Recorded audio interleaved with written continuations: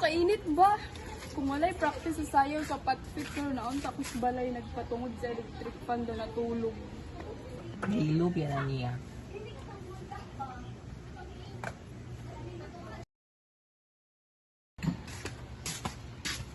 Ayo! Ayo! Ayo, te! Ano ka dira, te? Obvious ba? Namoy coke na 8 ounce. Naa. Tagpila, te. Nagdusi. Tag 12 lang. Sabi na kung tag 15 para sa uban. 15 na lang ni. Ayaw, te. Joke ka gani. Okay. Salamat. Sabi dulu. Si Barbie ay handang magbayad ng hanggang 15 pesos para sa Coke dahil yun ang presyo sa ibang tindahan at kabilang kanto. Pero dito, 12 pesos lang. Kaya nakatipid siya ng 3 pesos. Ayo. Tagkugok, te. Isa. Isa. Mul. Surya. Kurang buat ya. Nga. Gembira.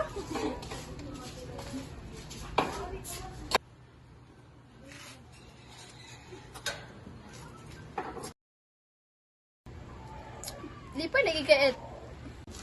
Siyempre, abi manggod na kong tag 15 para sa uban. Pero dahil auntie kay tag 12, ready ay mo akong nakakawag bonus. Bonus jud sa microeconomics, gitawag na siya og consumer surplus. Consumer? Sana.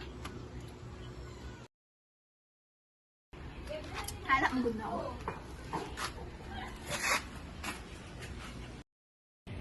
Ang consumer surplus ay yung dagdag na saya o benepisyo ng mamimili kapag mas mababa ang aktwal na presyo kaysa sa halagang kaya o handa niyang bayaran. Presyong handa mong bayaran, 15 pesos.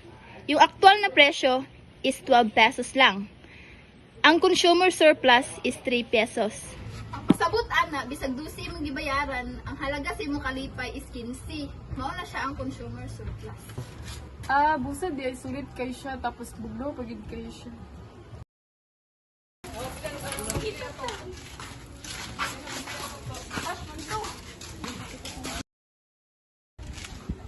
Correct. Kung ikaw mamalitay, kung i-expect ni mga barato, daog ka as mamalitay.